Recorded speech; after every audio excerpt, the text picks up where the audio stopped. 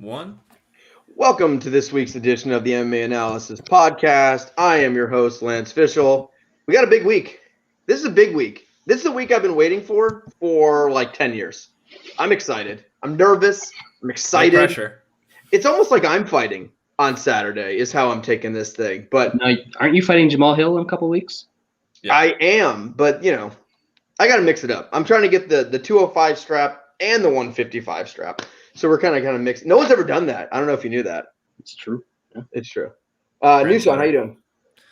I can't win a bet to save my life. Other than that, I'm doing okay.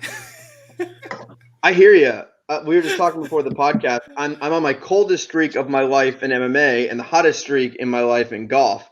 And I was like, I almost wanted to tilt a little bit because it's been so embarrassingly bad in MMA. But golf winners are bigger. Look, next week we're literally going to be in beautiful bluegrass country, up in the stands of Churchill Downs, streaming the final round on our phones. You might as well just lock a golf winner. It's just locked. Yep, and it's a major. We're going to be there for the PGA Championship, Kiowa Island, the ocean course. I've actually played that course when I was young. We used to vacation in Kiowa, and it's such a hard course. It's not even enjoyable. It's right on the fucking ocean. Wind is just doing all kinds of things. The whole course is basically a bunker. Tough course. But yeah, we got a couple days in the casino, day at Churchill. And we were looking at that Sunday is going to be just rough. We're going to wake up early. We're going to pound some Habibs, maybe some Bloodies in the morning, spend 6 hours at Churchill pounding, then go back to the casino and then just pick it right back up. Sunday's going to be just a train wreck. I might have to go ahead and get the late checkout for Monday. Yeah. You know who else would pound a Khabib? Do Bronx. He would. Exactly. He's scared. We'll get there. Scared. We'll get there. Brad, how you doing? I'm good. The festive green for the winnings this weekend. But I'm looking forward to it. Finally, even this card's taken a few hits, but finally we've got some good fights to look forward to. Nothing could ruin this card. If every fight was canceled and all we had is Do Bronx, I'd be fine. Yeah, be completely fine. And outside of our fandom and everything else, on paper, this has to be one of the best, most interesting fights you can make right now in the UFC. Oh, absolutely. Great. I'm talking about the Chookagian fight. Obviously. It's the name. How about her today, her little comment? So she's she thinks she started talking about the fans and fans cheer for her or whatever. Hey, she has no fans. So let's just start there. There's no one that's oh my God, Chookagian's fighting. And then her quote was, "The fans don't pay my bills." In a way, yes, they do. So I guess she's a broke MMA fighter, so nobody pays her bills. Do they actually pay her bills? Yeah. Yeah. It's stimmy season for Chookagian. So that was an interesting one. She got a training camp in this time because of the stimmy. Yeah, first training camp ever. Hopefully we get some extra grunts and some other things. It's funny, she's on this amazing pay-per-view in front of this big crowd. We haven't had crowds, all this stuff. And she should just be fucking happy to be there. She should just be nodding and grunting and smiling. She's going to put on the worst fight in the card. Everyone is going to be bitching in the middle of the pay-per-view about how bad this is. Pissing, Lance. They're not going to be bitching. They're going to be pissing. Yeah. And honestly, emotionally, I'm going to need that break. In anticipation for what's going to take place. And, I'm not even mad those fights got moved off with it was the Hermanson fight and then the Nate Diaz fight. I'm almost happy they got moved. It's the other card. Well, they never announced an opponent for Diaz, right? True. So Who? Exactly. It was Nate Diaz versus who? And no, it's if there was ever a fucking Nate against a to be determined. That was the fight. Well, it's funny. Out of all the hilarious nicknames and everything we've done, the Who one might have caught on almost more than any of them. Besides, Thick Willie? Thick Willie and Who might be the top two that are known. Like we got old Glover with the garage garage weight. weight. We got that. That shit's going pretty good too. Nate Diaz responded to a Leon Edwards post with who? I mean, it was awesome. 3 months ago. He just wrote who, and I was like, Somebody's watching the pod. Nate's a big fan of the show. Every One of the 7 listeners. yes, it's big time. Wes, I know how you're doing. I'm so excited about next week, and I texted the group chat for everyone going to Louisville, and I was like, we're going in 6 days. And they're like, it's 13. And I was like, I'm so excited. Yeah. I mean, I'm pretty pumped. Same as everybody else, though. MMA betting has been pretty rough here lately. I got like 9 bets on this card, so that should work out pretty well with the way things are going. But yeah, man, I'm pumped to get out, do something, be with the people. They can be fucking unvaccinated all they want. I don't give a fuck anymore. I just don't. Fuck you. Fuck your family. Masks inside? Yeah. I think in casinos.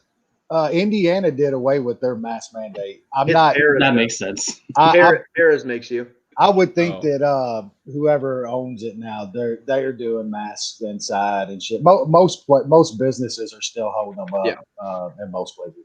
It's owned by Caesars, and Caesars is pretty strict. Like I went to Metropolis last year, which I think there was like 17 people in that casino, but they were like outrageously strict. Like if you were at the craps table and you like put it under your nose for like 2 seconds, like get out, like they only had like half the table was open, and you had to do sanitizer and all this stuff, and like they were super strict.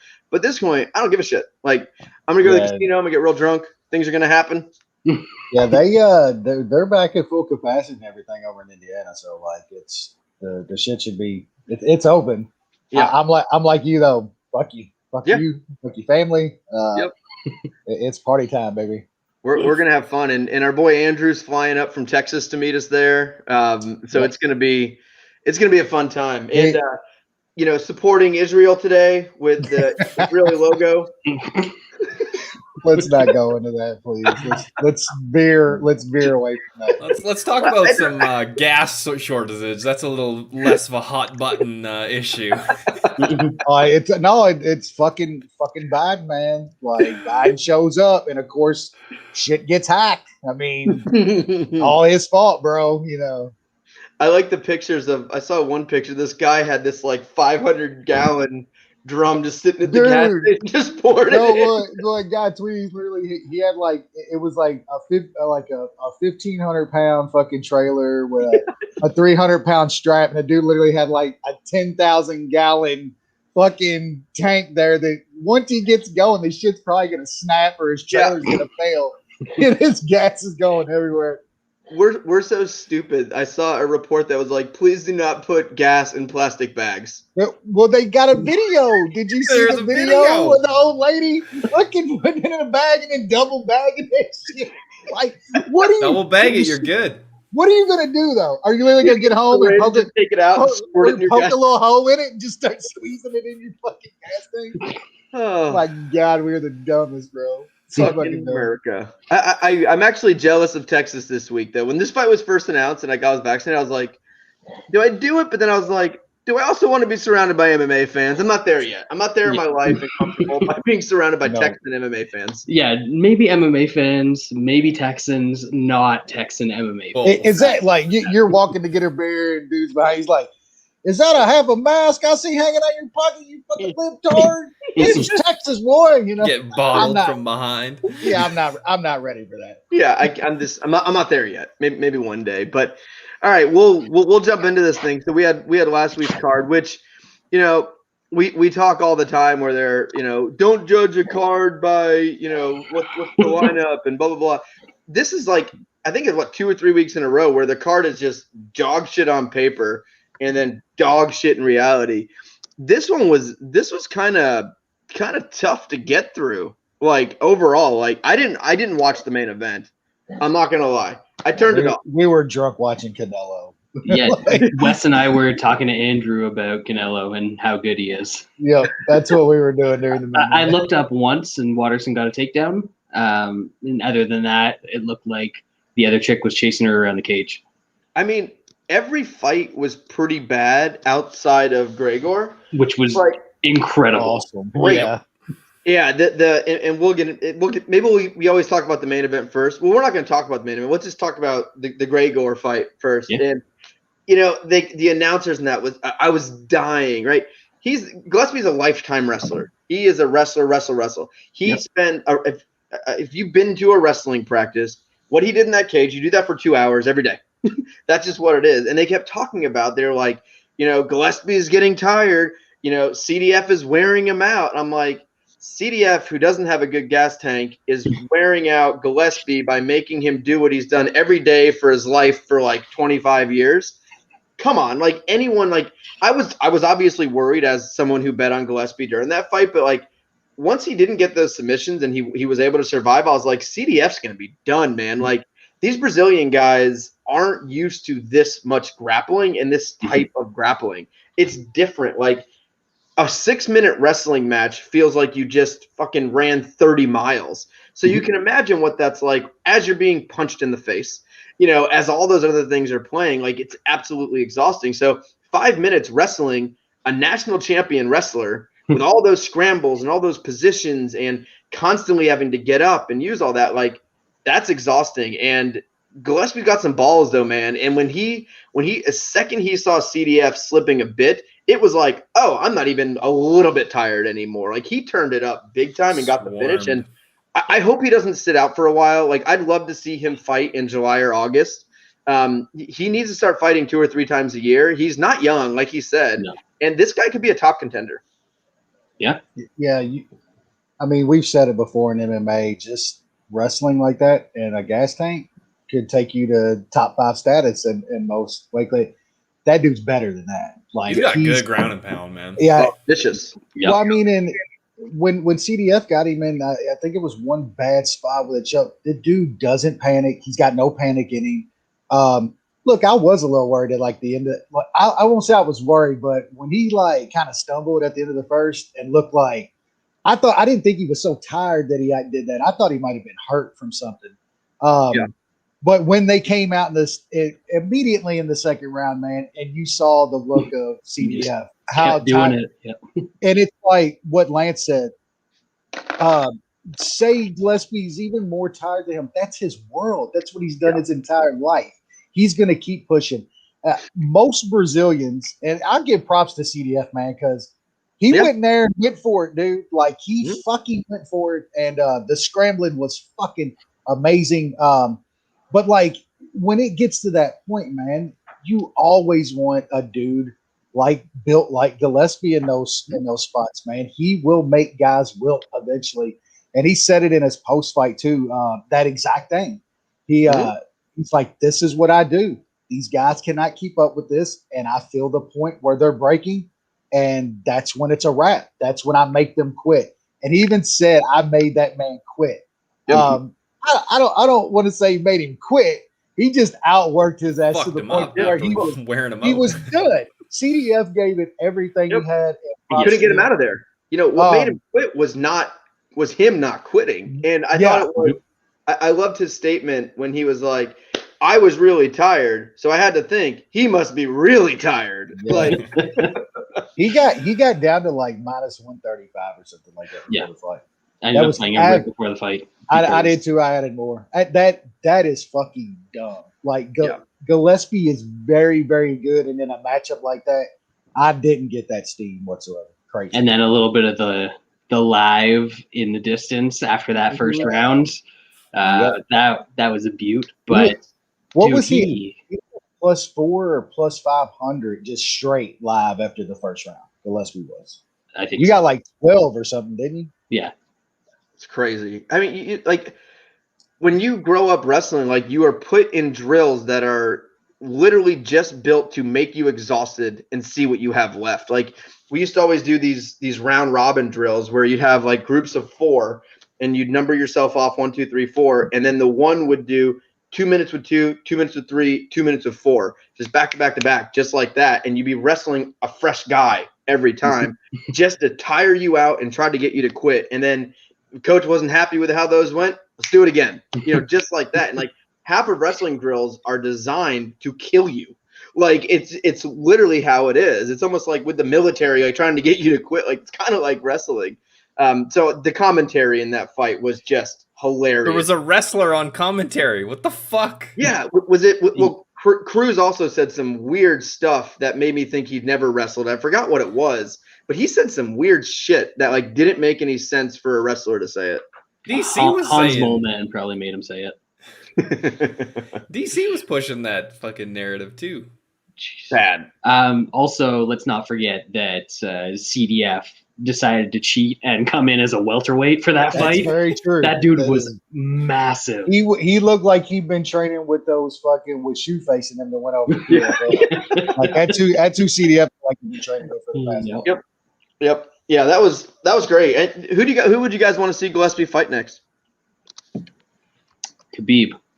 I wouldn't mind to see him running it back with Kevin Lee.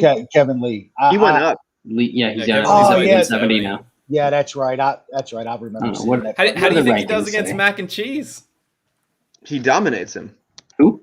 That's the fight. Makhachev. That's- Everyone's talking about Makhachev as the greatest grappler ever, and I think if you're Russian, you think you have Khabib's skills. Makhachev is pretty good, but if you think Makhachev is out grappling and out wrestling a cardio machine that's a 4-time All-American NCAA champion, you's crazy. Makhachev once in a is lifetime. ranked ahead of Gillespie. And I get that he hasn't Nuts. fought a lot, but that's silly. Good fight, RDA. That'd be a good fight against Yeah. a somewhat named fighter. Gillespie's a bad matchup for most of those guys, man. Yeah. I mean, I would Like like to see cardio him and fight wrestling. one of the name guys that's higher in the division. Because, Yep. like, as we said, he doesn't have much time left. So just put him up there, RDA is at advance him as 7. quick as you can. He- Yeah, he's- exactly. he's gotta want it too. Like I think we haven't seen the signs of him 100% wanting that spot yet. He's got Until he actually gets in there. And then, like, you can tell that he Oh wants yeah, it. until he fights, and it's like, Yeah. this guy's a fighter, but Mhm. he's got to fight more than once every fucking Yeah. year and a half or whatever the fuck year. I mean, he's got to. Yep, I agree, and maybe even the winner of Ferguson Dariush could be an interesting type of fight for him if he wants to move up quick. And I think the other thing too is like his jiu-jitsu is great. Like for him to survive in those positions versus CDF while he's getting punched, while he's tired, I was kind of impressed by everything in that fight. So yeah. All right, let's move on to the rest of the card, which shouldn't take very long. It was a short card, and B, one of the worst cards we've ever seen. Welterweight division was one of a few finishes as Carlson Harris defeated Christina Aguilera by submission anaconda choke. I don't know if this guy's good. He looked good there. Christina Aguilera is trash. Very He's bad. so bad. He's not Very bad. great. He did the Carlston on him. You know, you got to sweep the arms under, and then you got the anaconda all set up. It's perfect. Yeah. Maybe come back once, then you go back and lock it up. Little misdirection on him. Got it. So a fight that we lost on the podcast, but we had Doesn't the sound Iron Turtle defeating Tefon Nichkulu. He looked bad. Yeah. I think I underestimated his striking. He's so slow that it doesn't matter if he has good technique. He might be the slowest fighter I've ever seen. He's very Never. slow. I don't think I saw him maybe once or twice throw more than one punch too. Literally, he just was throwing one punch. Slow as hell. Singles. Yep, Horrible. singles, slow as fuck. And a guy that's just gonna come forward like Turtle and put a pressure on him, he's fucked. Like he's just not good, man. And that is, I don't know. His takedown defense is like fucking Kevin Holland. Nah. But it's not great. He was when a guy- tired too. Yeah, but I mean the I've- pressure on him, it was bad. Guys, we're forgetting one thing, and we keep forgetting it week after week. Is The it the Venom shorts, man. the short The balance. Button up the circulation. It's a real thing. Yep. Yep. Yeah. Man, I thought that I would put that as a 10-6 third. That was was a bad. a Yeah. violent violent beating. That was Props to Turtle. Like that guy's I'm good. he's all fun. right. Yeah, he's fun, man. Like we just said, with a pace, has a little grinding on him. Yep. Durable, yeah. I would say he's better than we thought. I would say Teflon Don he's a bottom tier fighter. Like I know he's new, but like he's bad. We've seen a few guys like that lately. I think just some big muscly guys that got some knockouts and shit. Once you get a guy in there that puts a little pace on them, man, they're just not. You got that the regional KO power doesn't always move over to the UFC. We have seen that, but then we'll move on. Featherweight division. Michael Trizano defeated Ludwig Klein. I did not hate this decision. I saw a lot of people complaining about it, saying they hated it. It was takedowns with nothing, and I thought Trizano pushing forward landed the better strikes. I thought he won this fight. I was okay with the decision. I didn't hate it. I wouldn't have. I thought that could have gone either way. I didn't think that was a bad decision like people were claiming. I didn't think it was a bad decision. I, of course, scored it the other way. I was biased, of course, but Regardless, I'm terrible not, bets on my part. Yeah, Klein. Yeah, I mean, I ended up on Klein small too. It was a bad bet, regardless if I thought he won or not. But you can't argue that decision. You put a fight like that. You gotta do something. Yeah, you can Do something.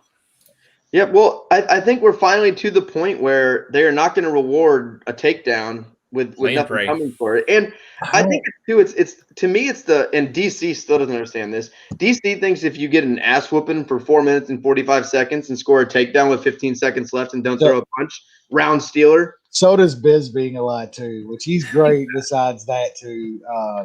But I mean, I don't know. It's all by certain judges because we see where guys do that and get wins. Like we see that all the time. It's the judging is so inconsistent. You just don't. Also, we should mention that the card this weekend is in Texas, notorious home of the worst judging ever. Some of the worst. Do Bronx don't need no judges. Yeah, that's why I'm not worried. That's about our saving boy. grace. Yep.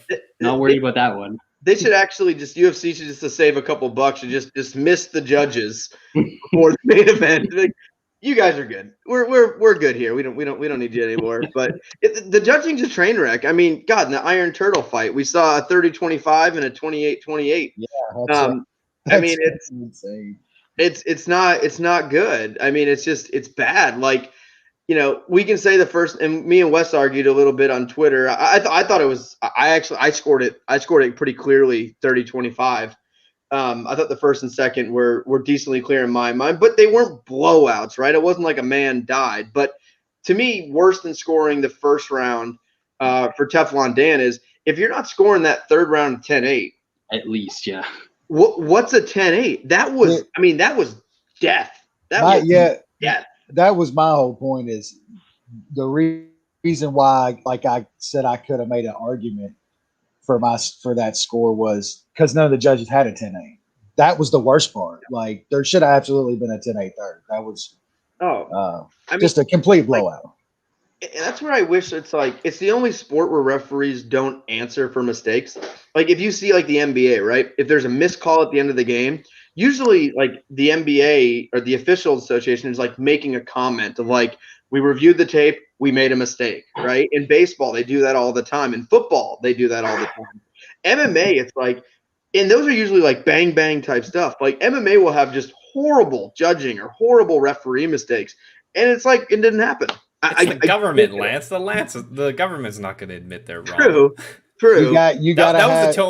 That was a Tony Weeks special. The other two judges had it 10-8. It was just Tony Weeks that had it. It was, yeah. You got to have you like a lobbyist in MMA type, like fucking Ali, that goes to the New Jersey State Athletic Commission and gets your bullshit fucking loss overturned in 4 days, which nobody has ever seen in an athletic commission in the history of fucking fight. Money talk, man. Yep.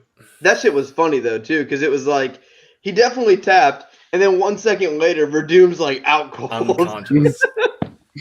Like there's definitely been worse things that have happened that have not been overturned. Oh yeah, man. Much worse. I've seen way worse shit than that. Rumble eye poke. Yeah, I mean that's known. The Brazilian tap, like motherfuckers have been doing that for fucking 2 decades. I mean, And that's the whole thing. Like, Verdum didn't fall for it. He kept fighting. No, because he just got fighting. knocked out anyway. Yeah. Yep. Yeah. Plus, he's Brazilian, so that doesn't count. If you Brazilian taps, I mean, that's the way it goes. You cancel each That's other part- out. that's Everyone the knows game. that. There we go. What's next? All right. So next we had Phil Hoggs defeating one half of the Dukakis brothers, and The consensus. I think Brad said it. He's like, if you would have told me that Dawkins would gas out with Phil Hawes taking over with his wrestling in the third round, you got to hand it to him. And Dawkins, he looked good in that first round. He landed some strikes. He hurt him. Almost fucking had him out of there, dude. He almost had him in the out second of there. round. Yeah. Oh, the second round. Yeah, we had him. But Hoggs has that like magic that like somebody will hurt him, and then they'll do the stupidest fucking thing they can. Yep. But And you got to give it to him. His gas tank. If I and do, he's also decided that, like, I know I have shitty cardio, so I'm just going to punch you as hard as I can in the body and hope you have shitty cardio too. Yeah. I mean, that was a big win. That was a hell of a win by Phil Hawes. Yeah. And, you don't see very often. Like, he had his win in his last fight, and everyone kind of dropped him down a peg or two just because how bad he looked in that win. I feel like he got it back. I feel like he's where he was before, because he obviously showed some improvements in his cardio, and that wasn't like a slow-paced fight though. Like, it wasn't like that was a nothing fight, so he was fresh. That was a pretty intense fight, and he was completely fresh in the third. That chin is an absolute liability. Oh, it is. Oh, yeah. I took him down 2 levels after his last fight.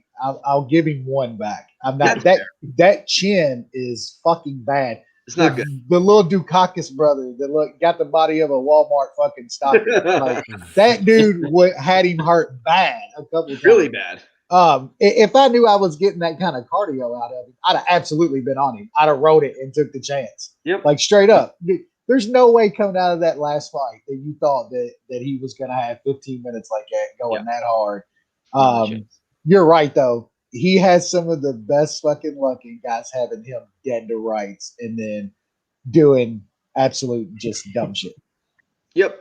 And I will say he did recover pretty nicely from getting rocked in that second round. Yeah. He had that Frankie Edgar recovery where he was like dead, and then 2 seconds later was putting pressure on Dawkins. And it definitely, I would say more than him going up, was a lot of question marks like on Dawkins. Like, you can't have his fighting style like that and gas out like that. You just can't, because he's always going to be in some kind of trouble. Yeah. And we've never seen that before from him, but we've also never seen him fight somebody who has the physical advantages that Hoggs has. I feel like we can call him Hoggs again, right? I'm going to be calling him Hoggs against that midget he's about to fight, because I'm going to be betting him again. Oh. That's going to be the fucked up part, is I'm going to be right back on him. Well, and he's probably going to get fucking knocked out by Dariush. What a weird fight, right? Yeah. Like, The instant booking. Well, Dawkins is better than Wynn, right? Like, Yeah. I would rank Way him better. like, Way better. he has a good performance, and he's taking a fight on shortest notice. I think it's in July, right? Yeah. June or July, and like he's taking a step down. Like, maybe like hook up with a new manager. Get that Ali push. Yeah, I mean that was a weird one, but all right, let's move on here. We already talked about Gregor. Rogerio de Lima defeated Maurice Green, and Green was immediately cut. That was, we don't need to talk about this very long. We can get into the card. That was one of the worst performances I've ever seen from Maurice Green, and to get out grappled and out cardioed possibly by de Lima that's tough to do. You have to work to do that. Was there anything that happened though? Did he really get out cardioed? He didn't try to fight. He just Exactly. Yeah. That was bad. Because Lima was just laying on him, literally doing absolutely nothing. I don't we needed blame somebody Lima else at than all, Herb though. Dean. I do not blame Lima at all in that fight. He did exactly what he had to do, and I mean, if that guy can beat you clearly over 15 minutes, you don't deserve to be in the UFC. And people were giving old Herb a hard time. There was no reason to stand that fight up at any point. Maurice Green was just laying there. De Lima was throwing enough to keep it on the ground. And like, I've always been an advocate of like, if you can't get up, that's your fault. Yeah. Don't blame that was just my hope with my shitty inside the distance fucking bet. Yeah, and you know what? I take a bet like that every time. You were getting 3-1 on the only way Maurice Green can win against a very bottom tier fighter. Maurice Green is worse than we even thought, which I thought nothing of. Didn't make him work at all. Not at all. That was the problem. Yeah, and like it's funny when De Lima took him down on that first round, I was like, maybe this is good. I was like, maybe this is a good thing. Like Green can tire him out, he can throw up some legs, maybe get a sweep. Like De Lima's that bad. Maybe gas him out with some grappling versus letting him strike at range. But man, that was bad. Horrible.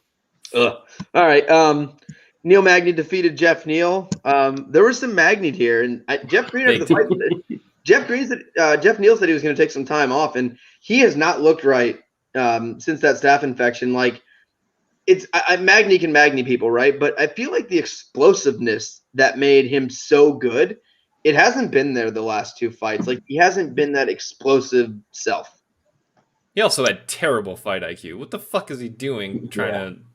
I know Magny can draw you in to just like hug it out on the fucking cage. I don't know how he does it. He fucking hypnotizes people or some shit. But fuck, man, just separate and throw bombs. He looked good in the first, but I think Jeff Neal didn't look good. He looked okay in the first. Okay. Well, I still think that the pre-sickness Jeff Neal finishes in that first. Maybe I think he has the power and the explosion to finish because I thought he looked decent. Like he was doing what he needed to do. He wasn't getting fucking magnied up on the cage constantly like he wasn't. And then like the third, Magny's literally out there fucking going just prime fucking haggler and just fucking jabbing him around the cage. I'm like, well, what am I watching? You know what I'm saying? Like Neil is getting like jabbed around the cage by Neil Magny. It was wild. That card sucked. The fights were boring. I lost all my bets.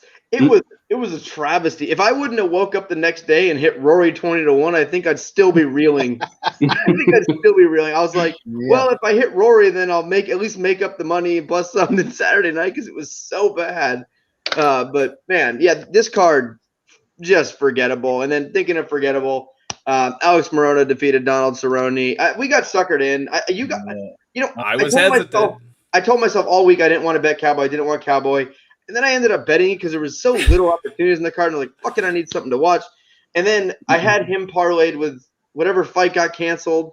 I don't even remember. What fight got canceled? I don't know. What fight got canceled last week? I bet on it.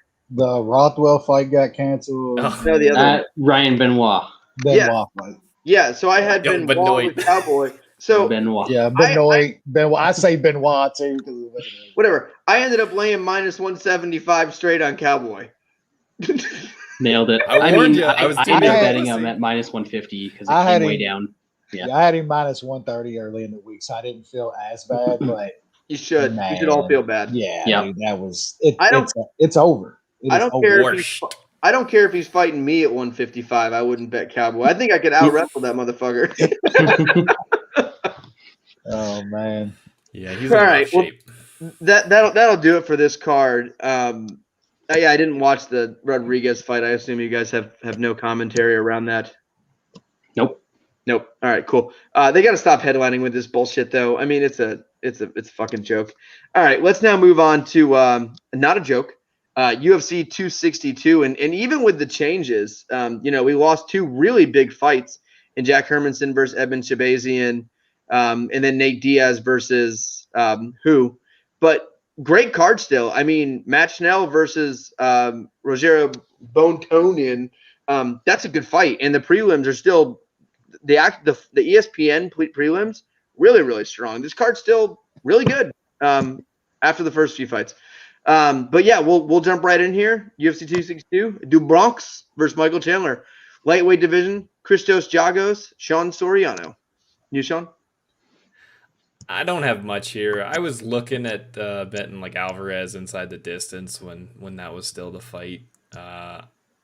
Sean Soriano is a very flawed fighter. Giagos is not good, but he's probably going to win here. Wes? Yeah, I don't have too much either on this fight. Giagos probably wins, but man, 2-1. I can't trust that.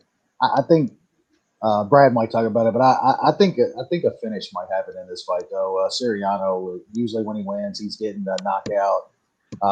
I think it could get a little scrappy and somebody gets a finish in the fight. Giagos hasn't finished a fight. He's last like 8 wins have been decision. Mm-hmm. I know. Yeah, I don't know if I'd bank on that. Brad? Not banking on it, but Technically you are. You were putting bank on it. Whatever. Either way, if you guys aren't familiar with Soriano, he had a previous stint in the UFC, and coming into that one, we were all like, "Oh man, like he's a pretty decent striker," you know. And then he came out and got taken down and finished by Cachoeira. He got out wrestled for 15 minutes by Chaz Skelly. He got finished by Charlie Rose. That's tough. Got cut after that, obviously. And then even on the regional circuit, he's gone on since then to get finished by submission in the second or third round 3 more times. By? Makakashvili. Makakashvili. Yeah, that's a big one. And also Bruce Boyington, noted MMA savant Bruce Boyington. So that's kind of why I think a finish can happen here, because Soriano is a decent striker. He could catch Giagos with something, but Giagos going to wrestle. And I think Soriano is going to get tired. And I think the short notice plays even more into that. Soriano is going to be one of those guys that comes out. It's not like he had a fight scheduled or anything like that. He's going to come out. He's going to have that big round 1. And if he doesn't get it, I think he is going to go away, even against a guy who doesn't finish a lot of dudes. So I kind of like the under here. And I don't hate Giagos inside the distance. Maybe those round 2, round 3 props. They're those 4-digit ones, which always sucker me in. Yeah, guys, when they get cut by the UFC and then come back, almost always do terrible, and they almost always lose their first fight. I don't know. I don't have the numbers in this. I'm not some kind of nerd. Like usually like this, it's a short notice call. Yeah. They're like, hey, we're desperate. Everyone's banging down the door to fight in the pandemic. They were cut for a reason, you know. Yeah. Do you mind coming back? Yeah, because he lost and got subbed by Charlie Rose. Yeah, like they don't usually do well. And Giagos has a decent wrestling game. It's not great. He's not some kind of superstar wrestler, but his wrestling is good enough to out wrestle people who don't know how to wrestle, is how I would describe his game. And that's probably enough to beat Sean Soriano. It's not a fight I'm overly confident in that I would bet in. I'm just not going to lay that kind of juice on Christian Giagos, especially on Do Bronx night. That was quick work by my man. They should have just set up the whole undercard. Should have just been guys that Do Bronx choked out. Like that would have been like a fun like omen to his card. It's like you had Lentz on this thing. Like bring Jonathan Brookins back. Bring all the guys back. Hatsu Hioki, whatever you want. Bring them back, line them up, Do Bronx, choke them out again. But, yeah, I think Giagos wins this fight. I don't think he gets a finish. He doesn't get many finishes at all. He doesn't seem to go for finishes. It's not like he doesn't have power or doesn't know how to do subs. It seems like when he has a victory like in his grasp, he takes absolutely no chances. And he just wants to make sure he wins, so a decision is completely fine by him. Got to earn that paycheck. 12-12 is huge if you live in Brazil. So, yeah. Anyway, actually, he's American? Why did I think he was Brazilian for some reason? He's Greek. Giagos. Why did I think he was Brazilian? I have no idea. Oh, he trains at a black house. Maybe that's why. Is that even a thing anymore? He trained at a black house at least. Okay. I don't know where he's at now. I think I've just always thought he was Brazilian because he trained at a black house. So I just assumed he was Brazilian. That's fair. It's a bunch of Brazilians and Alan Juban who retired. He's gone. Yeah. That's happened. All right. Featherweight division. Okay fight, I guess. Kevin Aguilar, who is not as good as I thought he would be or hoped he would be, facing Tucker Laugh Out Louds. T or L? Tucker Putz. Putts. That's a good one. All right. Newsham was being a baby before the show, and he was like, "Me and Wes like the same fights in a lot of these. So can you go like back and forth so people don't think I'm just weird?" So Wes, I'll let you go first. Yeah, I don't have a bet on this fight, but yeah, I just don't know how good Lutz is. He just seemed kind of underwhelming on his contender series fights. They're usually not great if you're on there twice. And only win decisions. Yeah, like Lance is right. I don't think Kevin Aguilar is as good as we thought he was, but he's pretty damn durable still. And I think this could be a spot where he puts a bet lesson on this dude. I haven't bet Kevin Aguilar though. I still don't trust him, man. He hasn't looked great since he got to the UFC. So it's probably a pass for me. I think he hit like even money over the past day. I mean, if he gets up to being a dog at plus 120, plus 130 something, I might take a small shot, but I'm definitely going to pick Kevin Aguilar here to get a decision. Diva Sean? I don't like either side in this fight. I don't really like anything in this fight. Kevin Aguilar, I mean, I'm okay with 2 of his last 3 losses. I mean, you lose to Dan Ige, fine, whatever. He got knocked out by the tug job. That close fight with Charles Rosa at this day and age is a very bad look, as what we've seen from Charles Rosa recently is fucking bad. I don't know. He's always been a guy that he seemed to get by and do well in LFA, but he still had some issues. He got clipped sometimes. He had to overcome. I just don't think he's that good. I don't think this other guy is that good either, but I'll pick the younger guy. Which one's that? That would be the Lulz. The Lulz. Okay. Brad? Yeah. This is probably dumb, but I've got a little bet on Aguilar here. I knew Brad was going back to the regional. I want to so bad. I don't know if I can do it. Kevin Aguilar regional was a badass. Yeah, like he had it's always hard to trust him because like I watched this man get knocked out by Leonard Garcia. So that's always tough, but he came back from that and he beat a bunch of guys who are decent, ended up in the UFC, and he's got good wins on his record. The last couple are bad, or not the last couple, but like he's lost the last 3 and the last one was bad. He looked very COVID in that fight. So I'm not sure if you can give him a pass on that, but at least he has looked good at some point.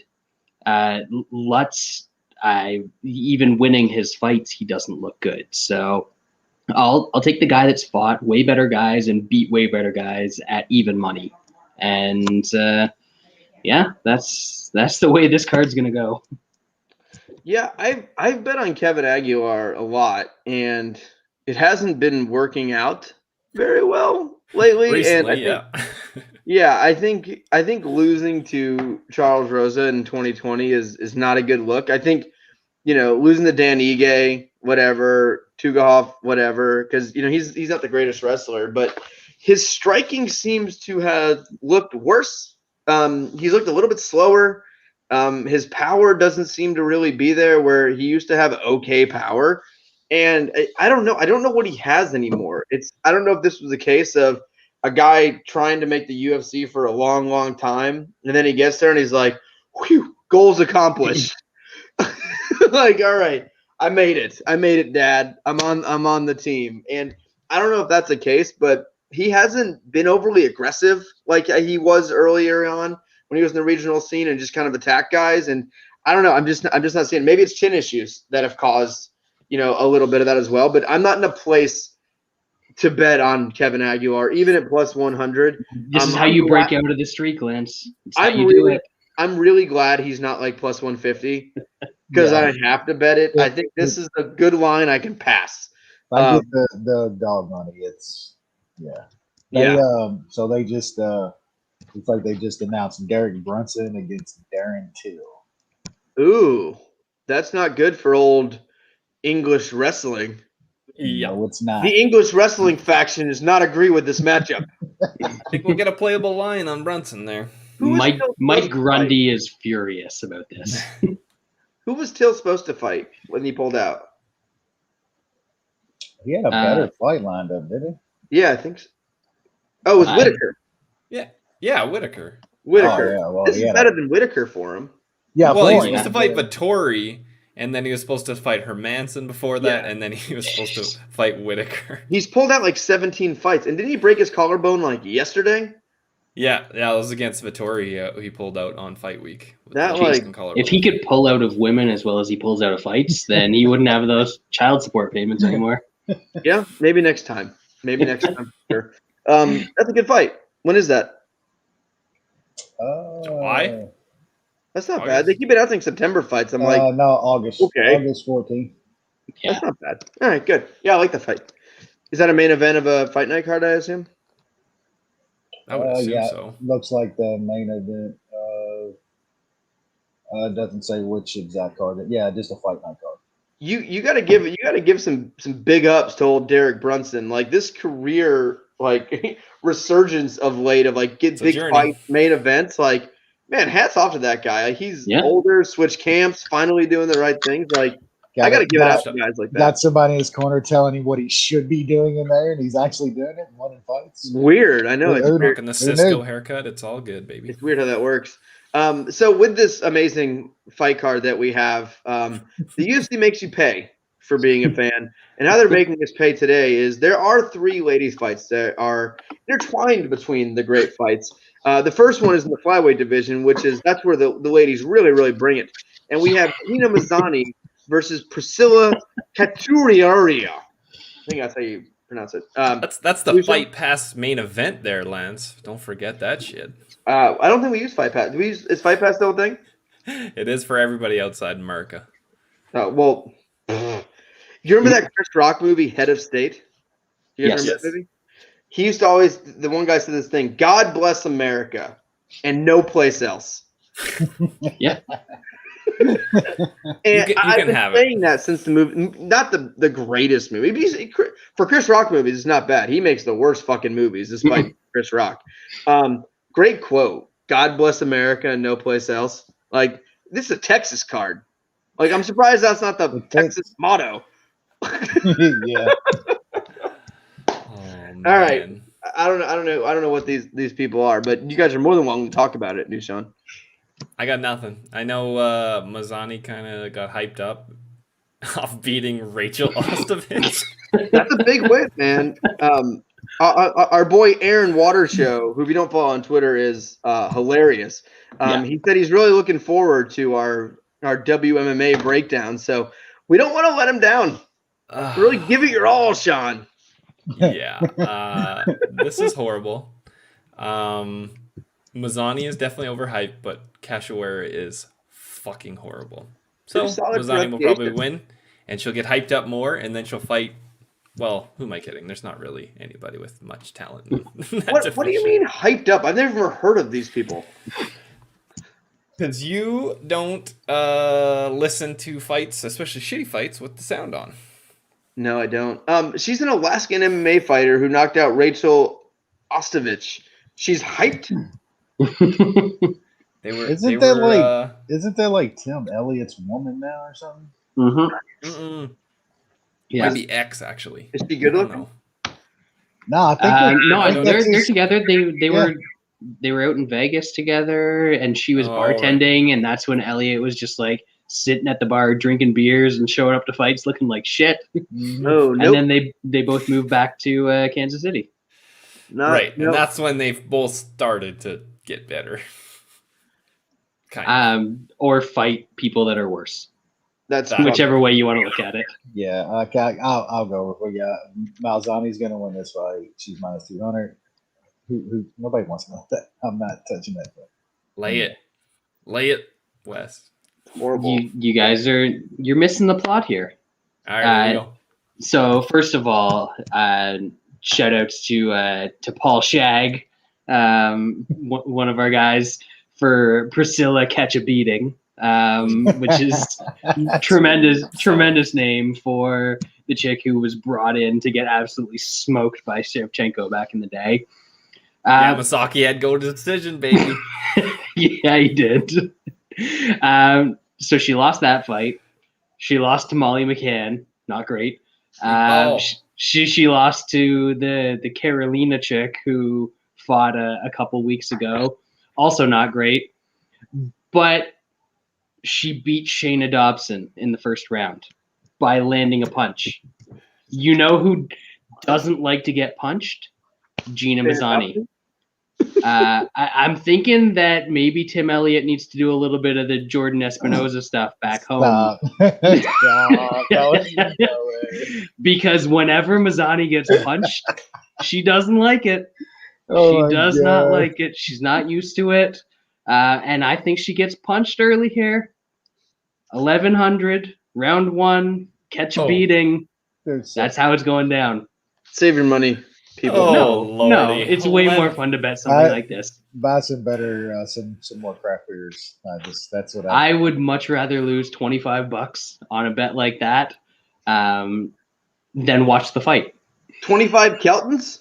Yeah. That's a shit. Dude, that's like a quarter of a cruise. The coupon. That's a quarter voucher. I'm going anyway, suckers. Thanks for these buy one, get one Big Mac coupons. Mazany has lost in the first round 3 times in the UFC. Bro, I thought of something. I'm not just making this shit up, guys. I'm not just making it up. This is where tape study really comes into play. I did do some tape study today. The Do Bronx highlight package might be the greatest highlight package in the history of MMA. Have you ever watched this man's highlight package? It's just him putting people to sleep in all different varieties.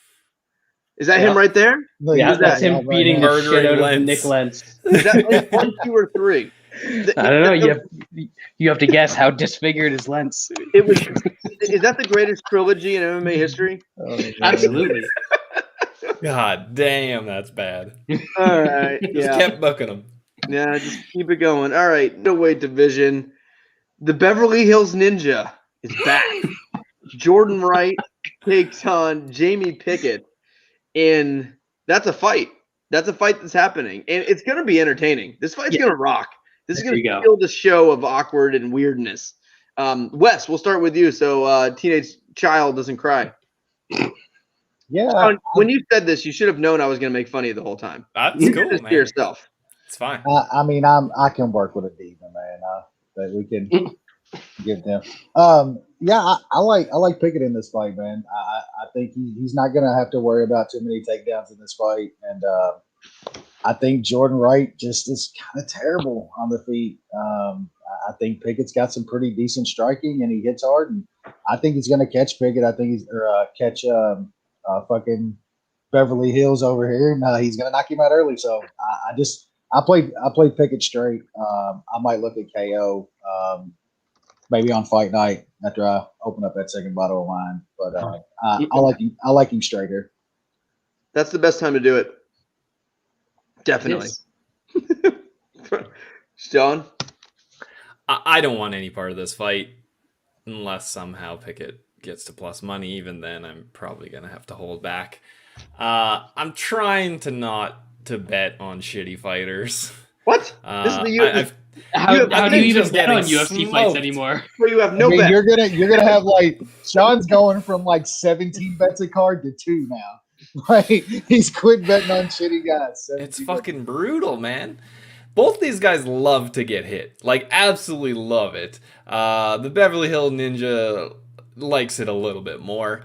I mean, we just talked about Pickett. He got beat pretty bad by Nchukwi, who we saw last week look like absolute dog shit. He smashes Wright. He kills the kid. One slow motion punch from him is just going to land clear. He's like, oh man, Wright is anti-athlete. He's terrible, but he's okay for the first minute against shitty fighters. He did okay against Buckley. Like in the like everybody knew he was gonna die eventually. He did okay. You met him. No, his chin. Wow, but his at like a chin huge did number. okay. I didn't expect to win that He bet. It wasn't a huge number. Buckley was only like minus 200 in that Dude, fight. No, but I took him in like round 1 or some shit like Imagine that. your rating plus scale 1,000. is he survived 1 minute with Joaquin Buckley. His Like, chin if that held doesn't spell it, he survived 1 minute versus a D-ranked fighter. Hey, I hope you guys win. I don't want any part of it. I will not mush you guys on Jamie Pickett. You are welcome. I'll pick Pickett to win because he is tough. And Oh, he's you not the son of a Beverly Hills bitch. Ninja. Brad. Sean was right about one thing in this fight. Both of these guys love to get hit. The difference is Pickett can take a punch. Mm-hmm. The other dude gets knocked out as soon as he gets punched. Oh, And God. it doesn't even matter the skill level here because both of these guys are bad. Pickett is, I guess, like longer. But the big thing is He is. Definitely. Yeah, he's way longer. the big thing is the Oh, here we go. durability here. Pickett. Right. But hold on. See, Oh my God. you got there. Get him make it a little skinnier, and That's- then obviously yeah, shorter. Then That's how you do it in wide. Beverly Hills, right? There we go. Oh, Yeah. That's why you tune into the YouTube version. I know most people, the iTunes or whatever, what stuff does. I don't hate podcasts, so I don't know. But with the YouTube, you get visual representations of people's hogs. I'm not gonna lie. I don't do YouTube anything. I listen to everything as a podcast. But you guys shouldn't do what I do. You shouldn't bet what I bet. You shouldn't do anything that I do. So you should watch the YouTube version so you can see stuff like that. My kids live on YouTube. They live on it all day. Yeah. They're monsters, aren't they? All day. All kids do now is play Roblox and watch YouTube. That's it. Sure. Yep, that's it. Yeah, but Pickett's gonna win because he can take a punch and the other guy can't. Sometimes the simplest breakdowns are the most effective. Yeah. Because that's the easiest way to break it down. I mean, Pickett can take a punch. I think Wright does have some okay power, right? Like, he's not overly talented. He's definitely not technical.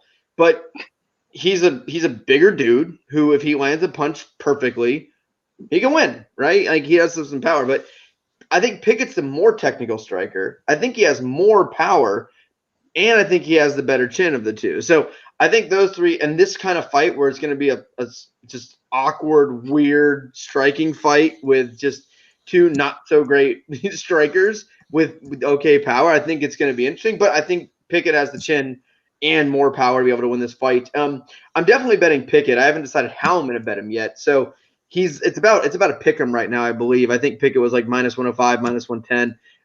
Knockouts plus 200. And I don't think it's physically possible for Wright to go 15 minutes in a fight with a guy standing in his face punching him.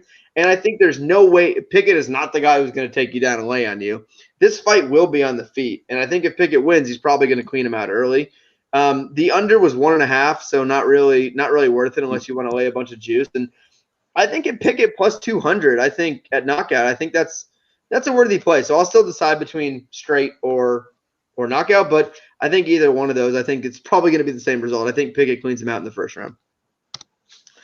All right, then let's move on to the wife of a Nazi versus I gotta go take Turk for a walk. the sister of a really, really annoying human. Yeah, Sean? These two ladies have a combined 3 losses to Roxanne Modafferi. The ladies always bring it. They bring it. Ladies always bring it.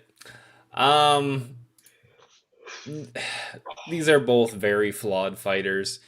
Shevchenko is not good. She's only good by name, and she's done okay against some shitty ass fighters. Andrea Lee is pretty terrible. The opener on this was like plus 160 on Lee, and obviously that got bet eventually.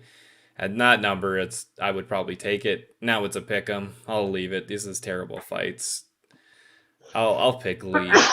She's okay as long as she doesn't get taken down.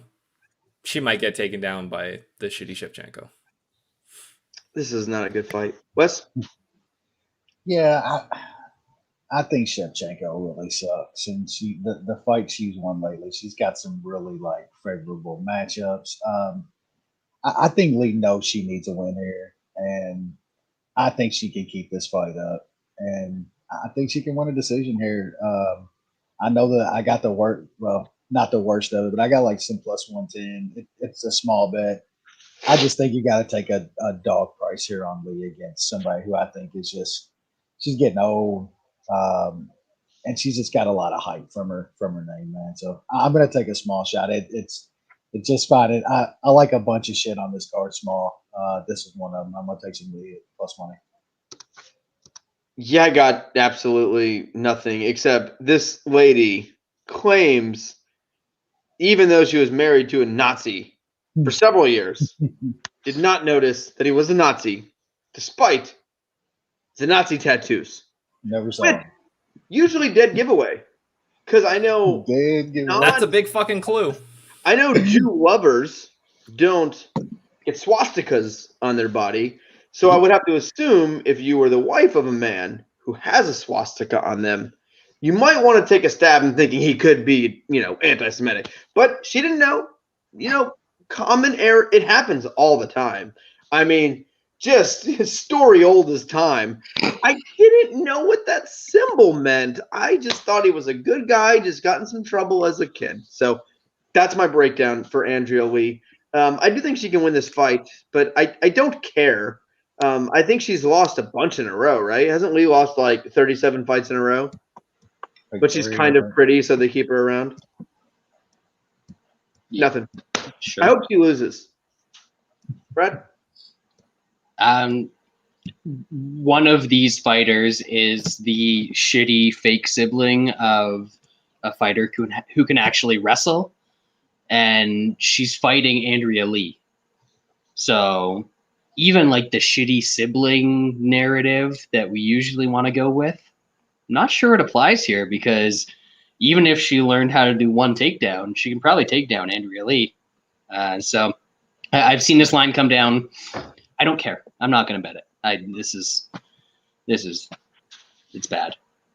Our buddy BMR just said they announced Makhachev versus Thiago Moises. I'm okay with that because it's so depressing for Makhachev because he's been calling out top 5 guys and everyone says he's the best ever and he just had a really boring fight and now he gets Thiago Moises, so he's taking a step down. Gotta love it, man. Sometimes the world just works out in just amazing ways, and this is one of them. But let's now move on to the featherweight division. He heard Gregor was looking for a fight, and he was could have scared heard of that. Yeah, so can't blame him. Featherweight division: Lando Vannata, Mike Grundy, the rare English wrestler. That's right. New Sean? I like Grundy by decision here. Vannata has been taken down time and time again. The guys like Bobby Green, Diakisi, Frivola, Jakar Close, David Tamer took him down. This dude can be taken down. That is Mike Grundy's game. He's going to take him down. That being said, Lando's pretty tough. I think he can take it. I think he can not get subbed by the English wrestler with a bunch of subs on his record.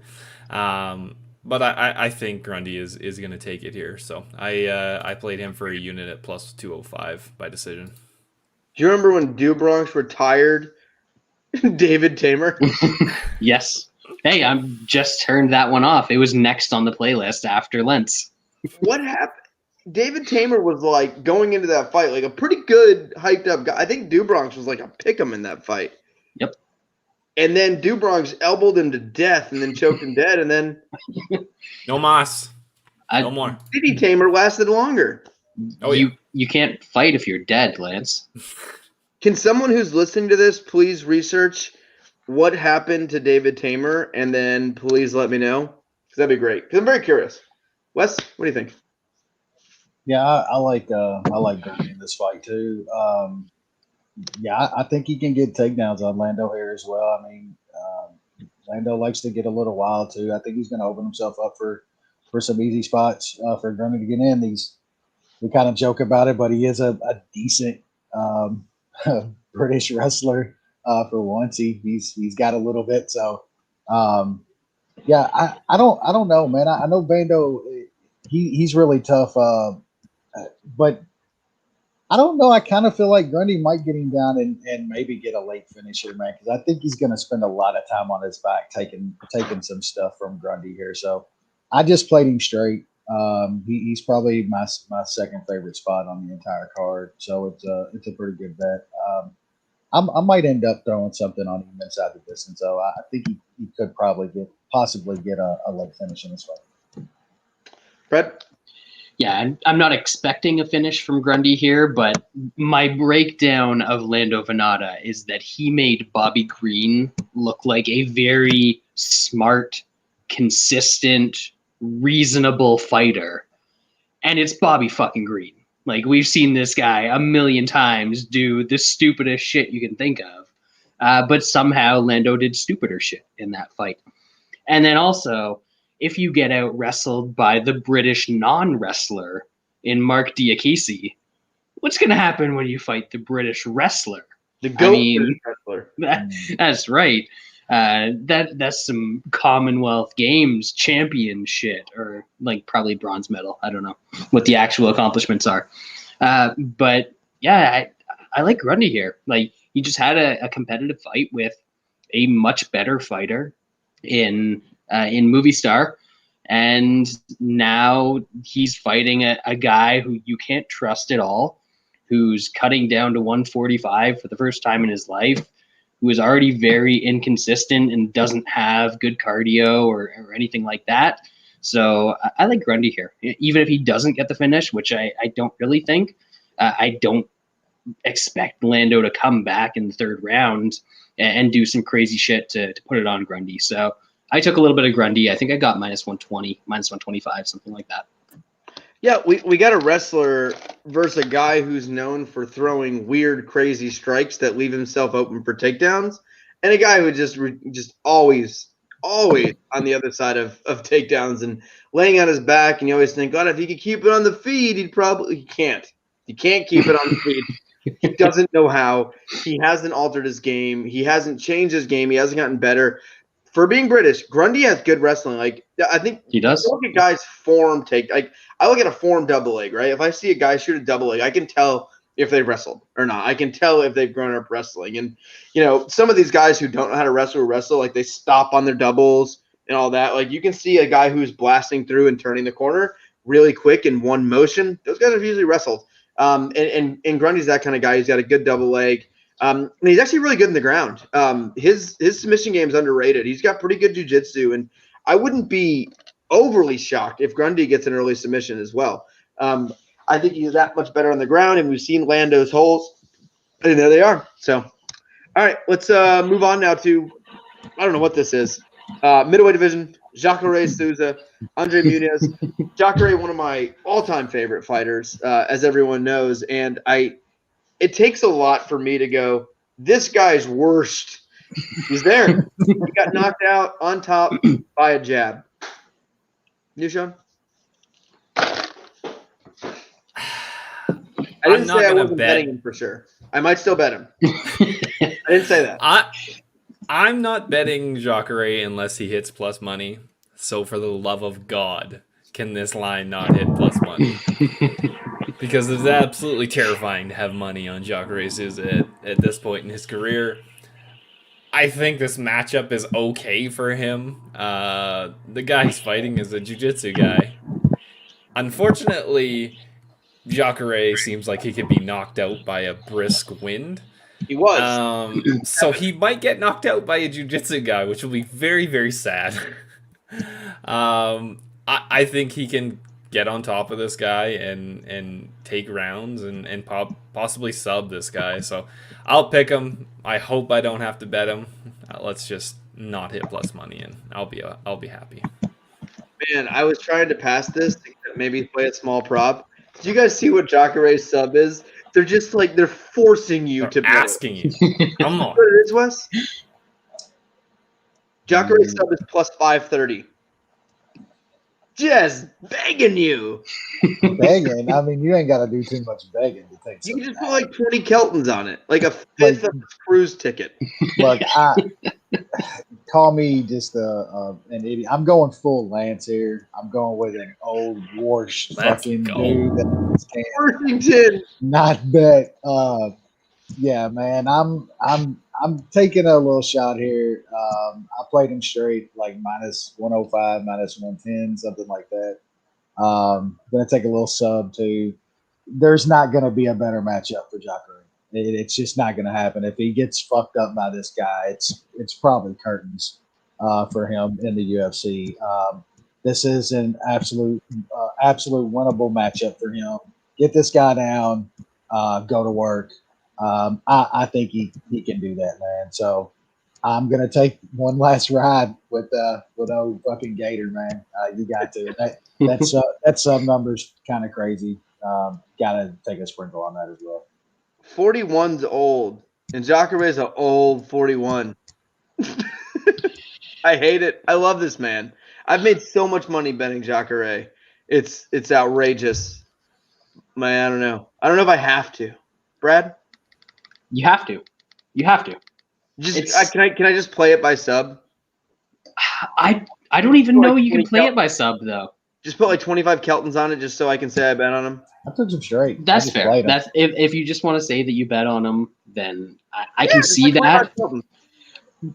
I will caution you that Andre Muniz, brother of Frankie, I believe, he's not the one in the middle, but he has been knocked out in all 4 of his losses. I think one was a doctor stoppage, but the other 3 have been knockouts. So, Well, Jacare is. It's only plus 4. I just looked at random site like MGM. Jacare is plus 475 by knockout and plus 550 by sub. So it actually is bigger. It's inside the distance. what is he inside? 250. Yeah, 250. 250 240, inside. 250. I think the pick on this fight doesn't go is minus 115. Is that fight seeing a bell? Under 2.5 is plus 105. The thing is, I really don't think this guy. I agree with you.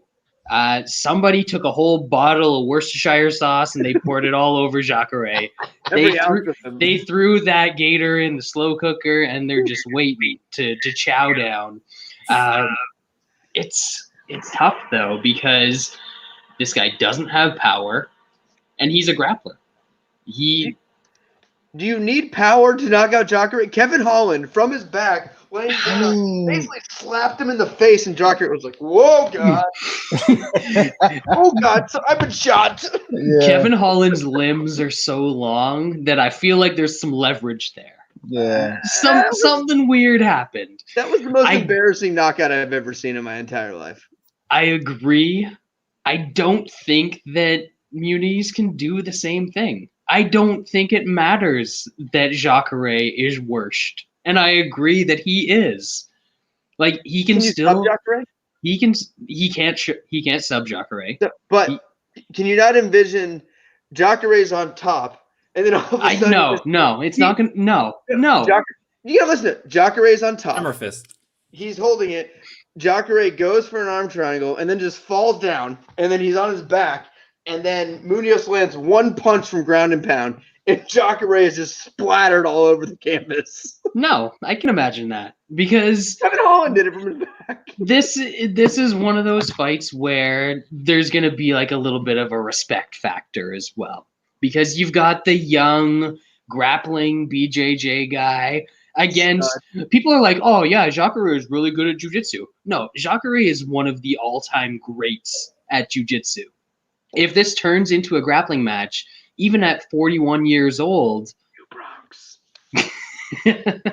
different because Do Bronx is about MMA jiu-jitsu. You don't need no gi. Exactly.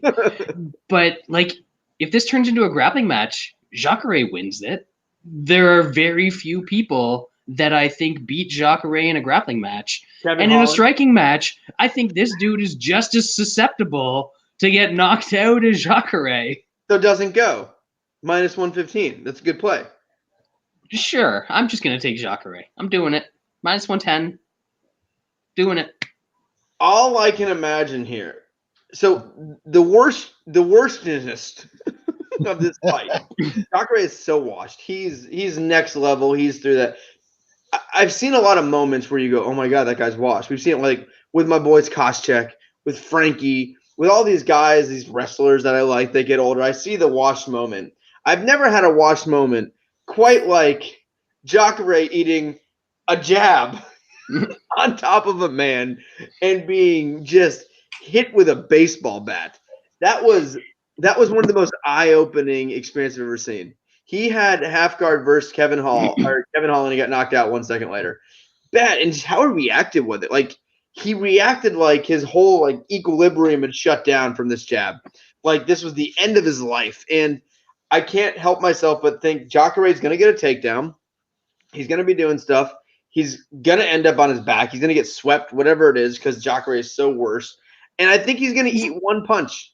I think one punch is going to land to Cachoeira's face, and it's going to be just lights out. So an option for me is playing fight doesn't go, or just forget everything I said and just go with Lance as a homer, Cachoeira sub plus 550. So my three options are don't bet, Cachoeira sub plus 550, or most likely this fight doesn't go the distance minus 115. To me, seems like a very, very likely outcome. Muniz has only had 3 fights in his career of the 24 that haven't gone the distance. So I think this fight's going to be stopped one way or the other. Hopefully it's by Cachoeira, but maybe not. All right, let's move on now to the pay-per-view portion of the card as we have Matt Schnell taking on Rogerio Bontorin. Bontorin. He's from Louisiana. He's go Tigers. Like Poirier? Yeah, go Tigers. Yep. Cormier? Daniel Cormier, Dustin Poirier, go Tigers. The crawfish. Oh god damn. We in Slidell. I don't want to have anything to do with this fight. I thought Matt Schnell would take the easier path in his last fight against Tyson Nam. Instead, he decided to slug it out with him. He did okay. Still ended up being a split decision. Terrifying. He should have had a big wrestling advantage there, and he just didn't want to wrestle. So I don't know if I can trust him to wrestle with Bontorin. Do you want him to wrestle with him? Bontorin can get taken down. I mean, yeah, but he's got good jits. I think Schnell's best plan is to stay on the feet, right? I don't know, man. I mean, Bontorin fucking rocks. Bontorin throws, baby. Yeah, he throws some heat, man. He rocked France before he got finished there. It's a dangerous fight, I think, for Matt Schnell. So I'll pick Bontorin, but he can be wrestled. So if Matt Schnell shows up, I think he can wrestle and wrestle to a decision here. But I don't want to trust that. Bontorin, Wes. Yeah, I'm still having trouble kind of picking a guy to win in this fight because I see pass for both. I kind of feel like this Matt Schnell fight is gonna go more like I thought the last one would, where it would be wild and one of those dudes would get a finish. I think that happens in this fight. I think if it stays on the feet, Bontorin could absolutely knock out Matt Schnell. We just watched Bontorin get caught in this last one, like Schnell could do that. And on the mat, we know the kind of the chokes that Schnell can grab on guys that come inside on him. So I like fight doesn't go to decision more than anything as a bet. So I got a little bit on that. I think it's like minus 110, minus 120, something right in that range. I'm feeling like it's going to end up on the feet, and Bontorin is going to catch Matt Schnell. That's kind of how I'm leaning as far as picking a winner. But I like fight doesn't go to decision as a bet. Bradley, is it Bontorin time already? You got some crowd eggs? Nothing Poirier? Yes. I honestly, I don't know how this fight is going to play out in terms of who wins, but I think Wes is right that Bontorin is gonna bring the wild out of Matt Schnell. Nam sort of laid back, and they played more of a conservative striking game. I don't think that's going to happen in this fight because I think that Schnell is also susceptible on the ground. He doesn't have the great chin. We know that. We've seen that a bunch of times. But we've also seen him get submitted and taken down and be willing to play off his back. And this dude's pretty good on the ground. So I think that early on, probably a little advantage to Bontorin. Then once they start to get a little slippery, a little sweaty, they can slip around a little more, then he's going to gas and Schnell's going to take over a bit. So I think that there's going to be a finish. I kind of lean towards Schnell for getting that finish, but I'd rather take the fight doesn't go. I think Wes is right. It's like minus 120 right now. Actually, usually when I do this doesn't seem like somebody gassing real bad spot. So usually I'll just look at the under 2.5, which is even money. This to me is the hardest fight to call on the card. I could literally see anything happening. I could see Schnell catching him. I could see Schnell winning a decision.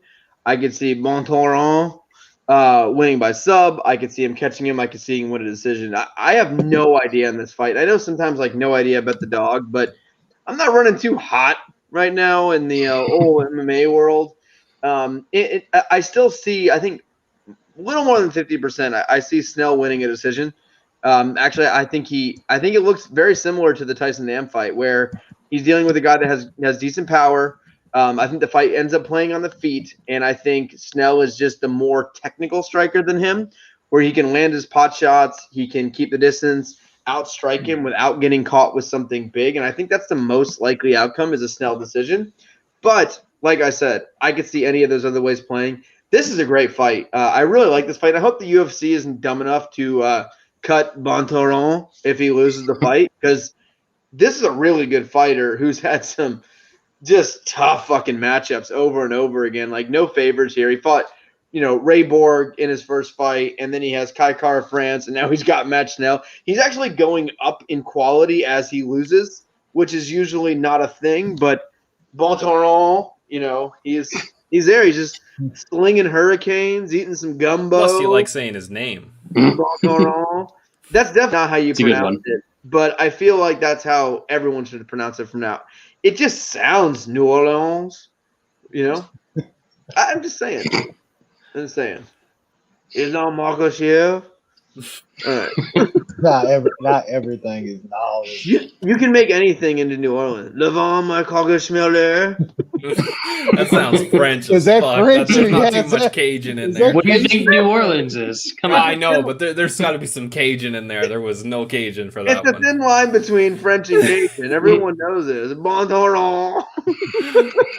Oh, shit. All right. I accidentally closed my window. What's the next fight?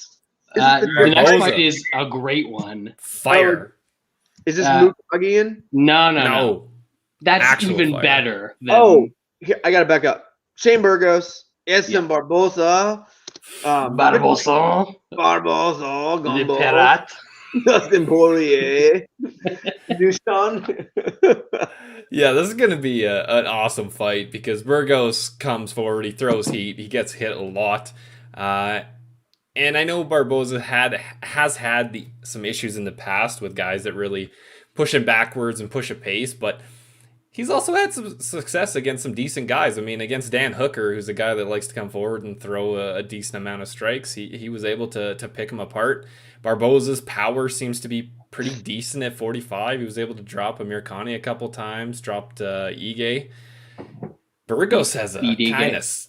Yeah, he beat... I mean, if we're being honest, Barboza's on a 3-fight win streak right now. I mean, is the line what it is if he's on a 3-fight win streak? That fight made me the most mad decision-wise since Frankie Edgar Benson Henderson 2. That's a long amount of time for Lance That's to a be. new one. Yeah, that was. But Frankie Benson too. That's the worst decision of all time. Well, All there's time. a Diego. There's a Diego in there. But you have to include not just like worst by like the wrong guy won, but if you add the worst decision of all time The with stakes. a title fight, And yeah. That's fair. that's career changing. Career Yeah. changing. Frankie would still be the 155-pound champ fighting Do Bronx on Saturday. Just rematch. Oh, good jokes, Lance. Good jokes. But yeah, I think this is a very different line if our Barboza's coming off 3 wins. I think he hits Burgos and clips that chin and might get a finish. It is a little sketchy with Barboza's history of kind of getting ran over with guys with pressure, but I think Burgos is hittable enough that he'll be able to crack him early and get Burgos to kind of stop in his tracks. So I played him for a unit at plus 105. I was trying to keep it small just because I was a little bit worried about that pressure. It's gone a bunch up in the last couple days. It's sitting at like plus 120. Yeah, it's plus 120. I might be adding a half unit or so to that. Carry on. I got to plug in my charger. Hold on. Wes, what you got? Yeah, Ed's in here as a dog at this price is getting kind of stupid. I think. Like, are people just looking at the record? And because you're right, if that says 3 wins in a row over those guys, and we all watch those fights, like I don't think. And I mean, I get the whole pressure thing on Edson, but are all those pressure fighters that he's fighting like as open and hittable as Shane Burgos? Like, seriously now, that guy gets clocked. And his chin holds up fairly well for a little bit. And then we've seen Shane Burgos get fucking just finished by guys. So I think Edson's going to get him out of there, man. I like Edson here. The price is kind of crazy to me. So, yeah, I don't know how you don't play Edson as a dog here. So that's my picker. I think Edson gets like a second or third round finish. Brad?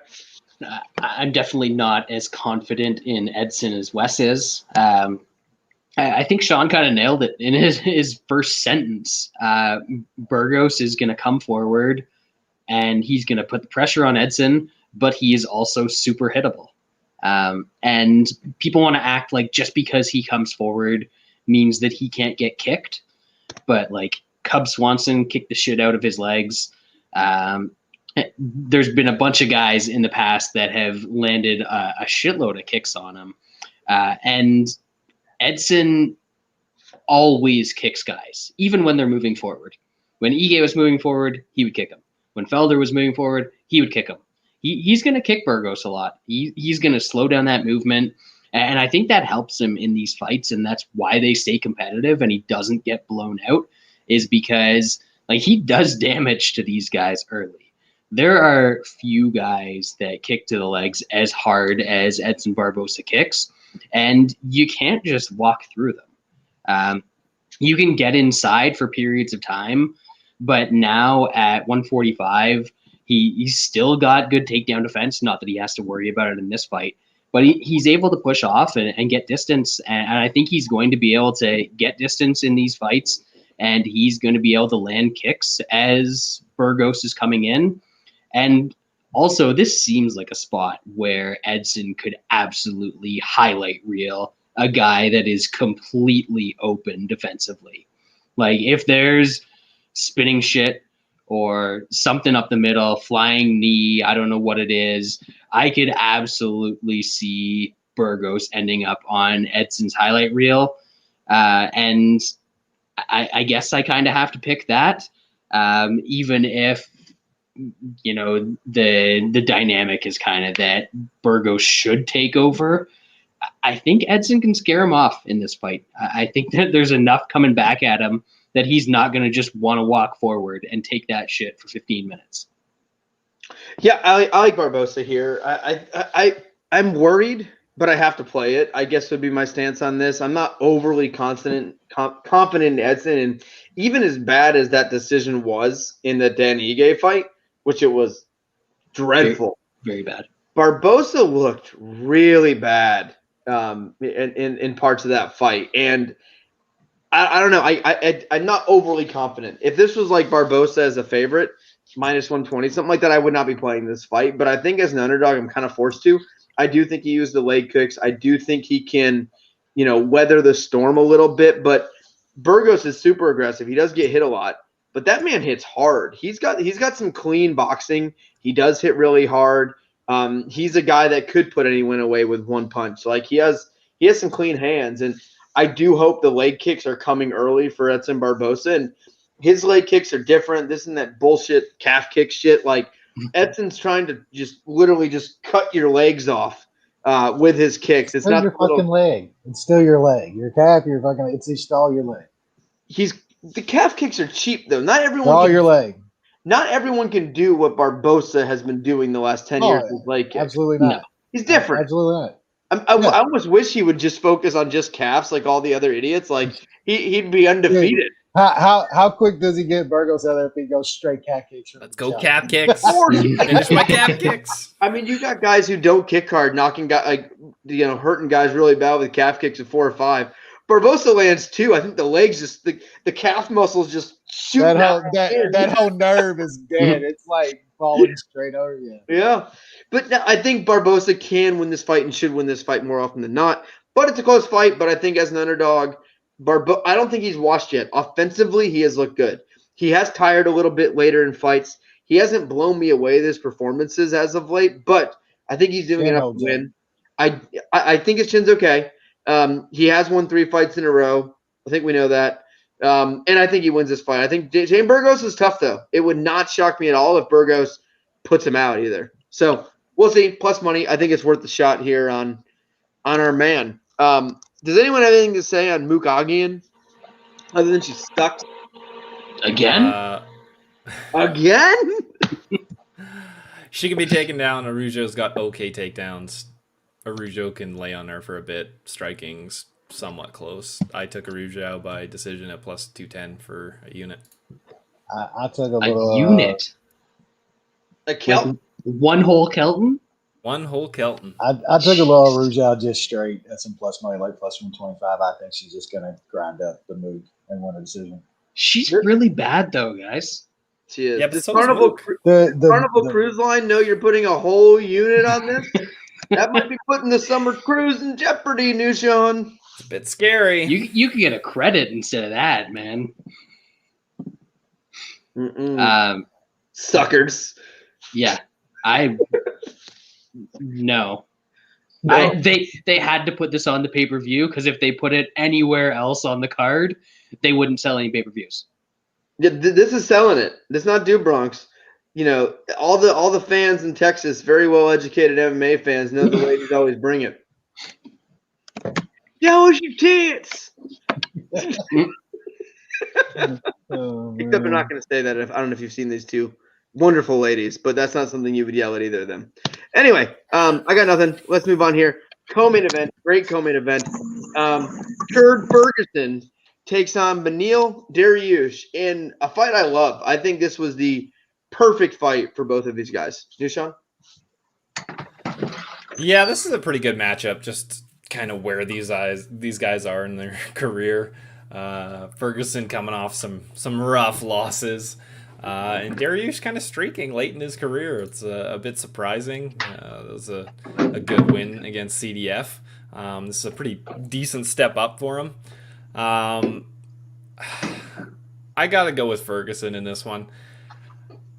Could Dariush take down Ferguson and hold him down?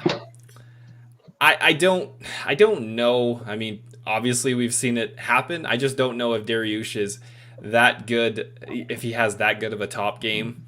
I don't think he's gonna sub Ferguson, and Ferguson does weird shit and usually can get up. I know he didn't last time, but Do Bronx is a bit of a different story. Facing God himself. It's true. It's very true. Dariush still extremely hittable on the feet. Tony Ferguson has very weird striking, and it kind of somehow works in this shitty MMA game. I could definitely see Ferguson throwing some weird elbow or something and clipping Dariush. As we've seen, Dariush's chin is not great. He's been able to overcome a couple times recently. I wouldn't just keep testing that chin. At the price it was, I had to take a shot on Ferguson at plus 135. I got 2 units on it. It's gone way up. I got carried on that one. I don't really want to add on to it. I think it's a very good bet at the current price. Wes? Yeah, I think if you're on Tony in this fight, you're hoping this shit's just a normal Tony and usually a Dariush kind of fight anymore. Dariush gets in some wild shit nowadays, man, and I think that's what you're hoping for if you're on Tony. And Dariush is absolutely chinny. I mean, that guy gets hurt a lot. Now, props to him. He pulls out fights, man. Like I'll give him that. But I mean, I still think Ferguson's a finisher when he has guys hurt. I don't think he's totally washed yet. We'll have to see here. Dariush isn't the guys that he's faced over the past couple years, though. Not even close, man. So at this price, like I got plus 160 myself. Man, you're not going to see much better than that on Tony Ferguson against a top 10 type dude like Dariush. I think you gotta take that one last shot on Tony. I mean, if he does get absolutely mauled by Dariush here, I mean, so be it. I'm gonna pay for it and find out at a number like that. I like Tony here to get back on track. Josh says Tony should win.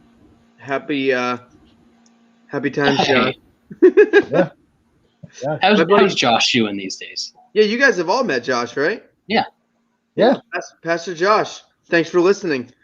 Brad? Also, there was somebody last week that asked me how Guelph was during COVID. I think it might have been Hyperblue. He said he was from Brampton, which is like 30, 40 minutes away from me. I didn't mean to ignore you. Guelph is terrible during COVID, just like everywhere else. But we've got a lot of breweries. As far as this fight goes, man, this is even a faded version of Tony Ferguson. And I'm not entirely sure that he's that far off of what he was. Even that is still by far the best dude that Beneil Dariush has ever fought. Like he has fought Diego Ferreira twice and Edson Barboza at one point. But this is like his first foray into an actual elite fighter. So I'm really kind of questioning if Beneil Dariush is good enough to hang with these guys. He's not exactly young himself. He is chinny. He's always been a bit chinny. He's getting more and more wild as the years go by. And yes, he was able to use takedowns and stay on top of CDF enough in his last fight. But we've seen that even when he's tired and even when it's a bad idea, CDF is a dude that's willing to accept grappling exchanges. That's why he lost his last fight. So I think in this case, Beneil's going to come in and he's going to try and grapple Tony if he's smart. But I don't think he's going to be able to hold him down like Do Bronx was able to. And then I think when they get on the feet, it's going to be a lot of chaos from Tony. And something in there is probably going to clip Dariush. I'm not sure if it puts him out, if it makes him shoot a stupid takedown, what happens. But I think there are going to be exchanges in here that favor Tony.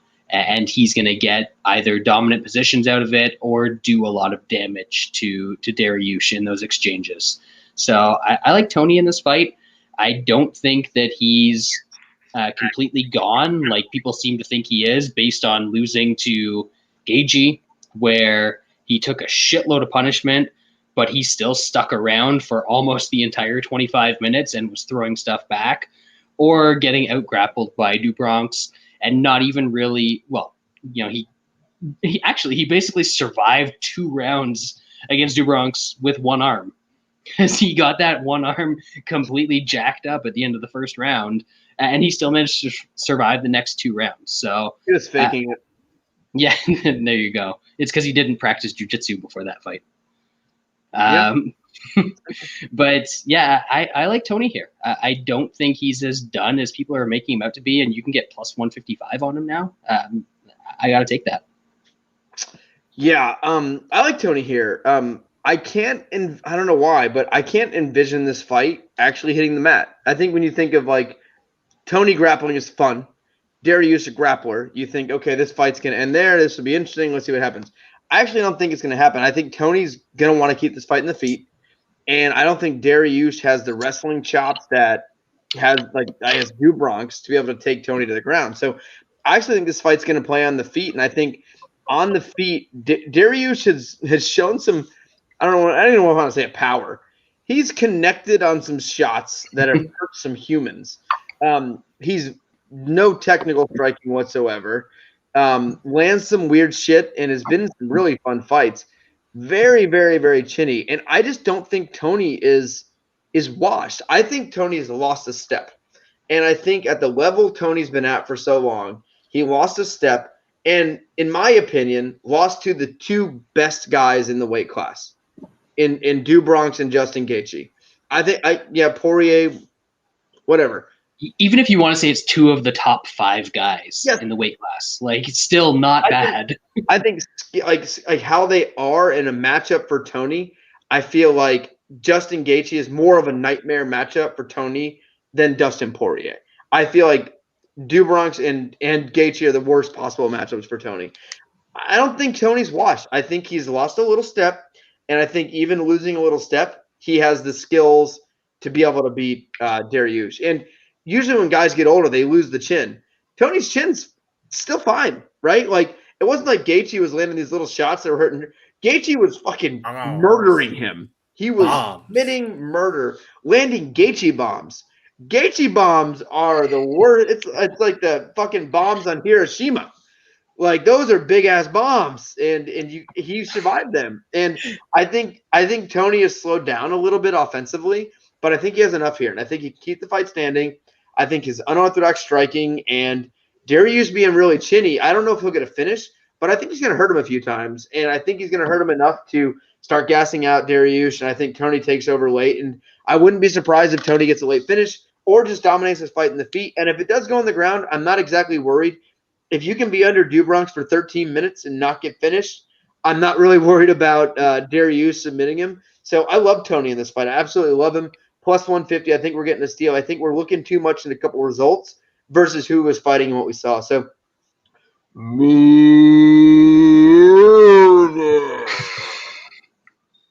yep, that's it. Tony Ferguson, plus 150. Munich.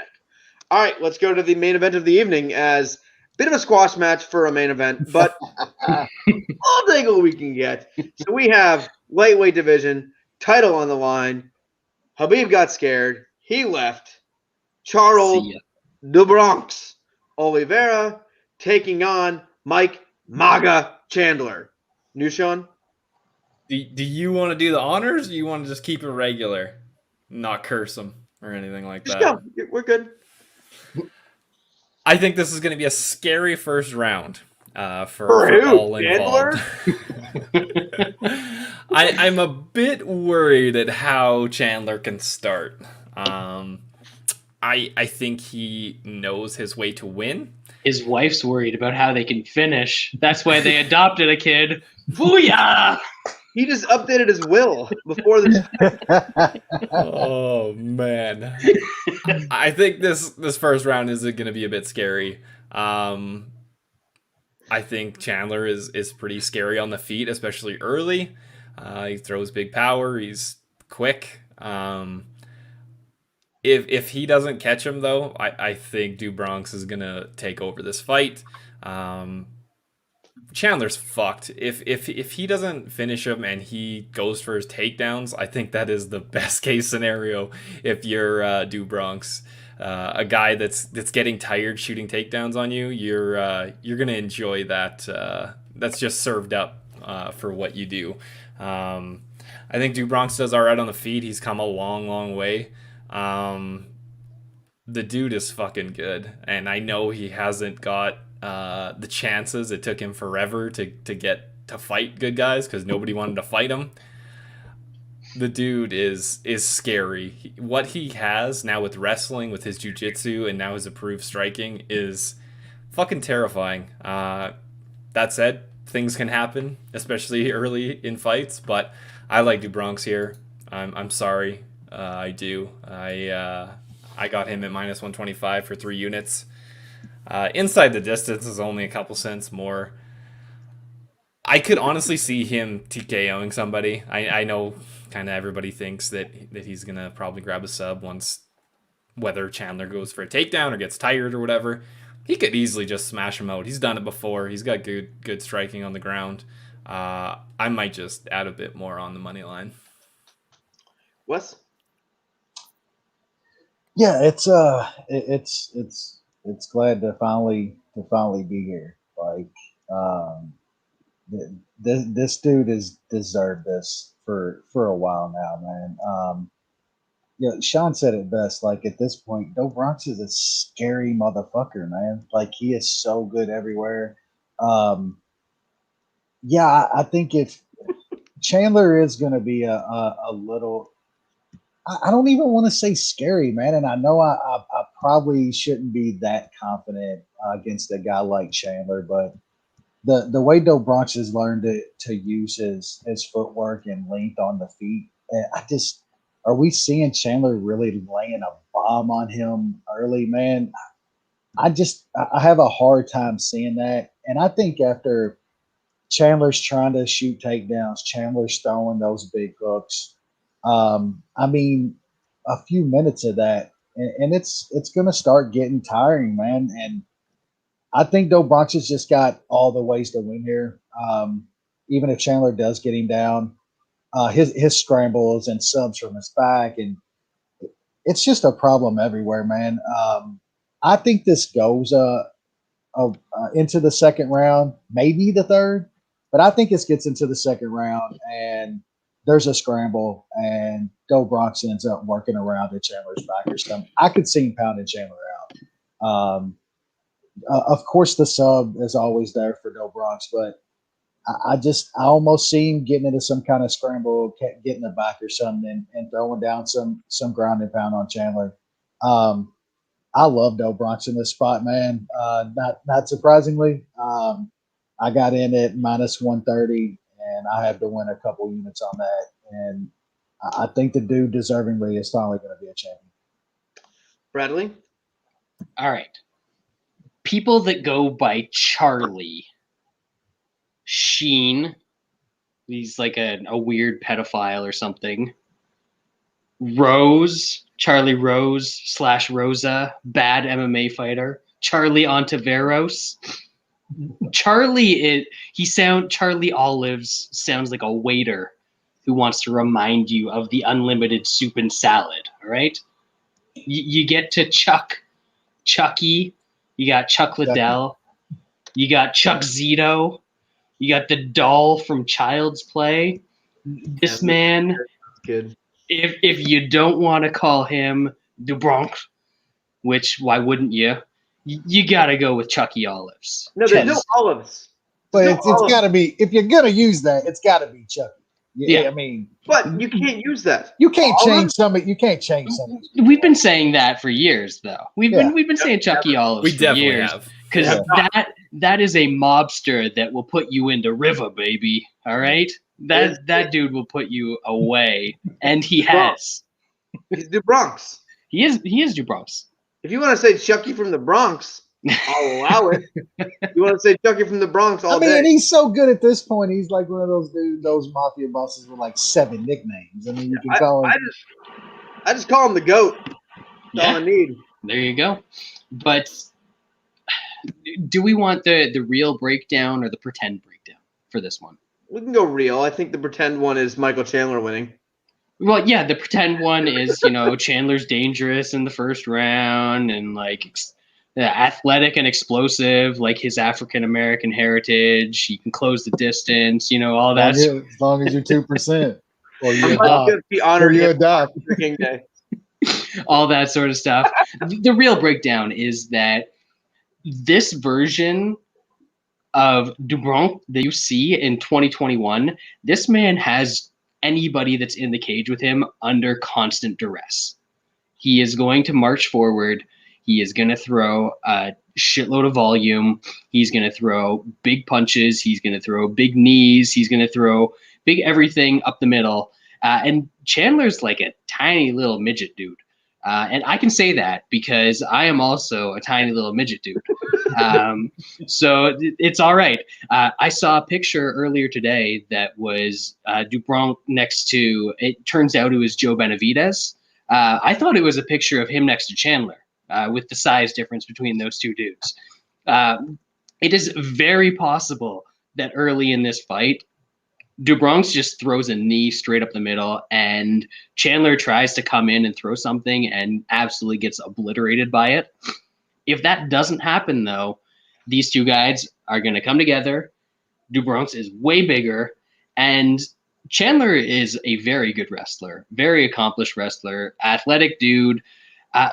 But once Do Bronx gets his hands on you and gets you in that body lock, he can take guys down in so many ways. But he's also dangerous, not even taking guys down, just like jumping to the back, jumping to submissions. If he's got his hands on you at any point in the fight, you're in danger. So I think there's going to be too much of a threat here for Chandler. And at some point, whether it's a big strike, whether it's grabbing a neck, whether it's hopping onto his back, whether it's like a weird calf slicer or some of the other shit that Do Bronx pulls out at some point, he's going to find something because that's what he does. It's what he's always done. Lance, I'm not sure if you're going to talk about people who still want to claim that he's a quitter or stupid stuff like that. You, Eddie. That's right. The man had a torn esophagus, all right? He almost died. Exactly. It's hanging off his actual body. They had to sew it back on, bro. Like, it was terrifying. I was there. God. But the moral of the story is that Michael Chandler is in for a world of hurt on Saturday night.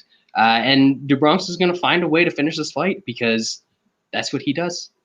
Yep. Yeah, I mean, I feel like I have earned this fight as much as my boy Do Bronx. I have been the OG Do Bronx fan. I have argued with the Twitter trolls on the esophagus injury. I've been the standing #1 Do Bronx fan for a good decade, and we're here, baby.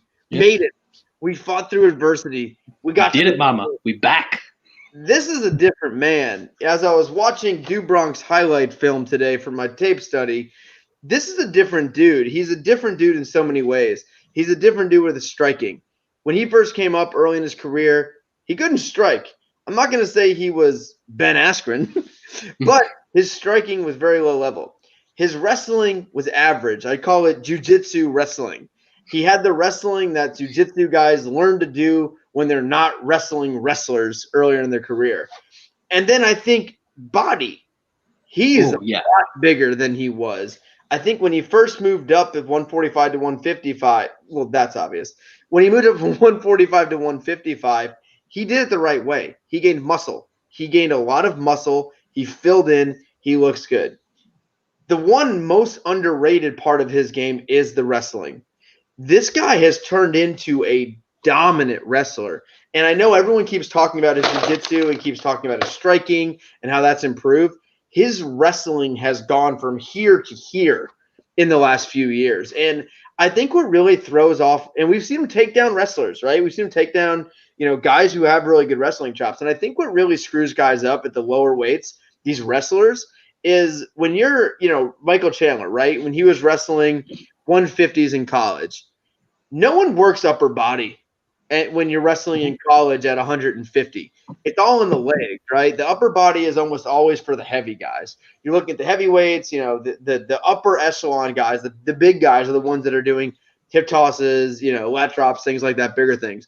At the lower weight, it's predominantly going to be on the legs, and you're not used to little guys, smaller guys working mostly upper body. And I think that's where it sometimes throws these wrestlers off when Do Bronx works almost exclusively on upper body throws and takedowns. And when he does take a guy down by the legs, he's not usually shooting. He's usually catching a kick or, kind of just grabbing at it or just muscling through. He's not – Do Bronx doesn't shoot very often, but he gets a lot of takedowns. And his body work and his way to grab a leg or do snap – like he's not many guys can make a snatch single work. He's actually made it work a few times. And I think Chandler, once he tires out, which is normally very quickly in Michael Chandler fights, I think Do Bronx takes him down with ease with that body lock. And how I see this fight playing out is Chandler goes in there, knows he's got 5 to 6, 7 minutes to get him out of there. And Do Bronx's footwork and quickness in the feet has gotten better and better and better, where he's an easy guy to touch. He's not an easy guy to hit hard. And I think there's a big difference in that. We've seen a lot of guys like that. You can hit Do Bronx. You can't really catch him clean very often. He has worked a lot in his head movement. That's gotten a lot better. And I see Chandler whiffing some big shots, not really making much contact. And I think it's two ways. I think it's Chandler getting tired in the second round, maybe early third, but probably second, and shooting a takedown. And you have to be just some kind of idiot to shoot a takedown on Do Bronx. But I think the more likely outcome is Chandler's tiring out. Do Bronx been working a lot of body kicks and stuff lately too. I think Do Bronx works the body a little bit, hits him with some straight punches, tires him out, gets a body lock, takes him down, and then he does whatever the fuck he feels like. For people saying Chandler's good on the ground and he's got this pressure, get the fuck out of here. Do Bronx does whatever he feels like. Do Bronx does whatever he wants in the feet after the first round. If Do Bronx says, you know what, I'm going to style on this guy with a kickboxing match, after that first round, whatever he feels like. But I know it's possible Do Bronx pounds him out, knocks him out, but Do Bronx always goes for that choke. 99% of the time, when he hurts a guy, he gets on top for it. His Darce chokes, his guillotine chokes, his arm bars, everything that guy does is deadly. And I think he gets him down, body lock takedown, gets him down, finishes the fight, and there's so many fun matchups. I don't even have words for the matchups in this weight class. This went from not the most exciting with Khabib kind of dominating it to the most exciting weight class. Conor McGregor, Justin Gaethje, Dustin Poirier, super fun fights in the horizon. But Do Bronx is going to win this belt. This is 10 years in the making. This is hard work. This is a guy who was gotten close, fell all the way down, and worked his ass off to get back up there. And no one's more deserving of this title shot. Do Bronx submission, second round. I'm going to say guillotine. I'm going to say it's one of those where he gets him down, beats him up a little bit, and then pulls him into his guard for a guillotine from on top. Gets the tap, new champ. Do Bronx. And we didn't even talk about the calf kicks. He might might just dead that guy's leg in fucking we've 2 seen minutes. We've seen Chandler with the fucking dead leg. The floppy leg. Yep, we sure have. That is obviously the consensus bet of the week, and I, for one, am super excited about this. I am nervous, like any, when you live through a guy. When you actually care about a fight. Yes, I have a lot of people I root for. Not many people I've ever considered myself a big fan of in MMA. This guy falls on that short list. He's the top of the list, and I'm excited for the fight. I hope it happens. Fuck Michael Chandler. He lives here. He's like down the street from me, but we're not friends. It's Do Bronx season. So that's all. There's not many better things in sports than a big fight when you're invested in a guy. Not just monetarily, but personal feelings too. Like you feel like he's your boy. Yeah, it's gonna be a great the other day. I don't know how well my boy knows English, but he tweeted a picture of himself with his shirt off, and I wrote, "Rock hard over here, champ," and he liked my tweet. Yep. So there's one of two options. He knows. He knows. There's one of two options that this could go. I mean, seeing the pictures of him riding the trotter and shit too. Yeah. It's pretty fucking badass. Like, yeah. It's all Do Bronx, man. The evolution of this guy is pretty unheard of in this sport. From a guy who was labeled as a quitter, came in early, never really got there, lost every big fight to winning 8 in a row and getting the title shot. I mean, that's what the sport's about, right? Like, it's hard work, guys getting better, guys changing things, guys evolving their game. I mean, Do Bronx has been in the UFC for 10 years. He's 31. He's young. Yeah. It's wild. Crazy. And like and tell me how long he keeps it. and almost pure Brazilian jiu-jitsu guys like him. It's watching them, the evolution of him coming from the background that he did, especially like you was talking, just the wrestling, the offensive wrestling and stuff. It's pretty incredible where that dude's at now. This dude got Jim Miller in his 3rd UFC fight when he was like 21 years old, and Donald Cerrone in his 5th UFC fight. Like, he had a super tough road, and that's why he never made it. Yeah. He had 2 more fights after that and fought Cub and Frankie. Yep.